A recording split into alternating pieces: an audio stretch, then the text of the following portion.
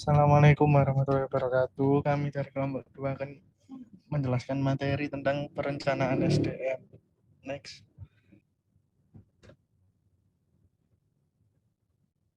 Berikut adalah anggota dari kelompok kami. Yang pertama ada Anissa Rizky, NPM 026, kemudian Febrianti, NPM 179, Sekar Aulia, NPM 303, Ananda Aza, NPM 307, dan saya sendiri, NPM 342.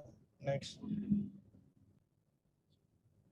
Yang pertama ada evaluasi program pelatihan dan pengembangan SDM. Definisi evaluasi program latihan dan pengembangan dapat diartikan sebagai penempatan kriteria keberhasilan beserta tolak ukurnya. Suatu program latihan sangat perlu untuk dievaluasi, sebab dengan evaluasi akan diketahui seberapa banyak usaha latihan ini bisa mengubah perilaku dari peserta sesuai dengan yang diharapkan oleh pelatih dan perusahaan. Next.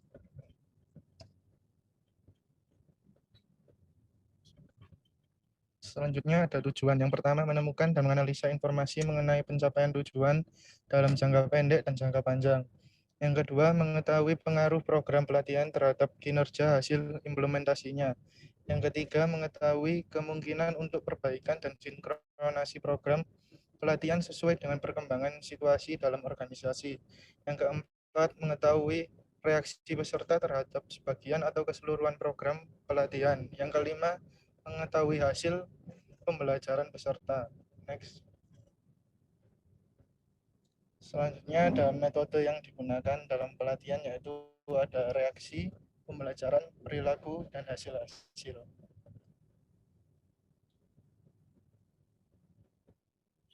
Selanjutnya akan dijelaskan oleh teman saya. Selanjutnya saya akan menjelaskan tentang perencanaan karir dalam organisasi. Next. Pengertian dari karir itu sendiri adalah karir adalah kemajuan seseorang dalam suatu lapangan pekerjaan yang diperolehnya selama ia bekerja atau perkembangan kemajuan seseorang dalam suatu lapangan pekerjaan selama masa aktif dalam hidupnya. Sedangkan perencanaan karir adalah perencanaan yang dilakukan baik oleh organisasi maupun individu pegawai yang berkenan dengan karir pegawai itu sendiri, terutama mengenai persiapan yang harus dipenuhi seseorang pegawai untuk mencapai tujuan karir tertentu. Next.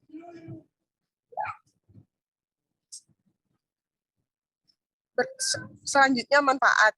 Yang pertama, menurunkan tingkat perputaran karyawan. Yang kedua, mendorong pertumbuhan. Yang ketiga, memenuhi kebutuhan-kebutuhan organisasi. Yang keempat, memberikan informasi kepada organisasi dan individu. Yang kelima, mengembangkan pegawai yang dapat dipromosikan. Yang keenam, membuka jalan bagi karyawan yang potensial. Yang ketujuh, membantu pelaksanaan rencana-rencana kegiatan yang telah disetujui. Next. Di sini ada tahapan. Yang pertama, satu, menilai diri sendiri. Yang kedua, menetapkan tujuan karir. Yang ketiga, menyiapkan rencana-rencana. Yang keempat, melaksanakan rencana-rencana. Next.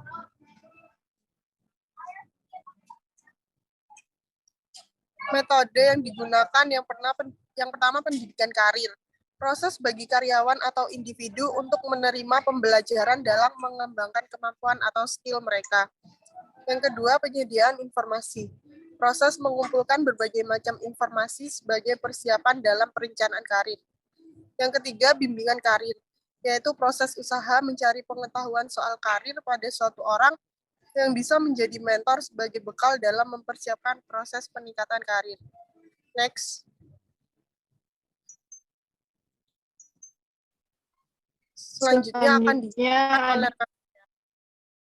Selanjutnya ada perencanaan suksesi dalam organisasi.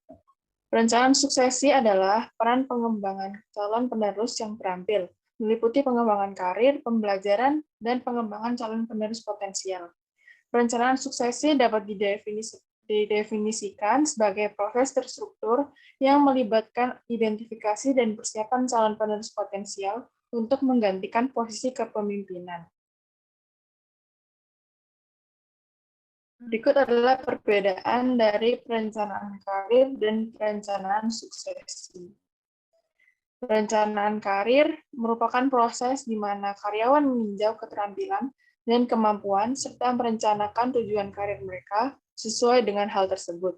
Perencanaan karir merupakan bagian dari manajemen karir, yang mana seorang karyawan memegang posisi yang berbeda dalam kehidupan kerjanya. Fungsi dari perencanaan karir adalah membantu dalam mendapatkan kesuksesan dalam karir seseorang. Selanjutnya, perencanaan suksesi, yaitu proses melalui organisasi mengenali dan mengembangkan karyawan yang mampu mengambil posisi penting dalam organisasi yang telah kosong. Perencanaan suksesi merupakan bagian dari manajemen suksesi. Satu posisi dipegang oleh karyawan tertentu, karyawan berbeda selama periode waktu tertentu. Fungsi dari perencanaan suksesi adalah memastikan konsistensi dalam kepemimpinan dan peran kunci dalam organisasi. Berikut adalah tujuan dari perencanaan suksesi, yaitu memastikan posisi penting tetapi tetap diisi oleh orang-orang yang kompeten tanpa mengeluarkan kos yang besar, dan memberikan seseorang kandidat yang sesuai dengan deskripsi dan kebutuhan. Manfaatnya, yang pertama, meningkatkan tingkat retensi karyawan. Kedua, menurunkan biaya rekrutmen. Yang ketiga, mengoptimalkan performa kerja. Yang keempat, mengidentifikasi sosok leader masa depan. Dan yang terakhir, program training dan development lebih terarah. Selanjutnya akan dijelaskan oleh rekan saya. Selanjutnya adalah perencanaan manajemen kompensasi. Next. Definisinya yaitu, kompensasi merupakan pengganti atas jasa yang telah diserahkan oleh karyawan kepada perusahaan di mana karyawan tersebut bekerja. Dengan kata lain, bahwa pemberian kompensasi merupakan salah satu cara meningkatkan kerja, motivasi, dan kepuasan karyawan. Kompensasi terdiri dari kompensasi langsung, kompensasi tidak langsung, dan kompensasi non-finansial. Next. Faktor yang mempengaruhi kompensasi yang pertama ada penawaran dan permintaan tenaga kerja. Yang kedua ada serikat buruh atau organisasi karyawan. Yang ketiga kebijakan pemerintah. Yang keempat posisi jabatan karyawan. Yang kelima pendidikan dan pengalaman kerja. Yang keenam produktivitas kerja karyawan. Next. Metode penetapan harga pekerjaan. Pertama, ada evaluasi pekerjaan adalah metode untuk membandingkan pekerjaan yang berbeda, untuk memberikan dasar untuk penilaian dan struktur gaji. Yang salah satu tujuannya adalah untuk menghilangkan ketidakadilan bayaran internal yang disebabkan struktur bayaran yang tidak logis. Metodenya yaitu sistem penilaian poin, sistem peringkat, sistem klasifikasi, dan sistem perbandingan fakta. Selanjutnya akan dijelaskan oleh teman saya. Evaluasi proses perencanaan SDM. Definisi evaluasi perencanaan SDM adalah proses memberikan penilaian secara berkala tentang keadaan tenaga kerja dalam sebuah perusahaan untuk melakukan perbaikan supaya sesuai dengan kebutuhan organisasi secara efektif dan efisien dalam membantu terwujudnya tujuan organisasi.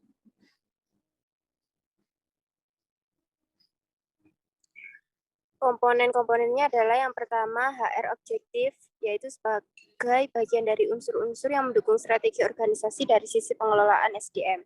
Lalu yang kedua, organization planning, yaitu organisasi memiliki rencana atau program kerja yang akan dijalankan dan perlu dipastikan apakah berdampak pada adanya kebutuhan SDM. Lalu yang ketiga ada HR auditing, untuk memastikan apakah secara jumlah SDM yang ada mencukupi sesuai kebutuhan dan secara kompetensi memiliki kemampuan untuk melaksanakan suatu pekerjaan. Lalu yang keempat, HR forecasting, yaitu pengelola SDM dapat memiliki gambaran berapa SDM yang dibutuhkan dalam kurun waktu tertentu ke depan.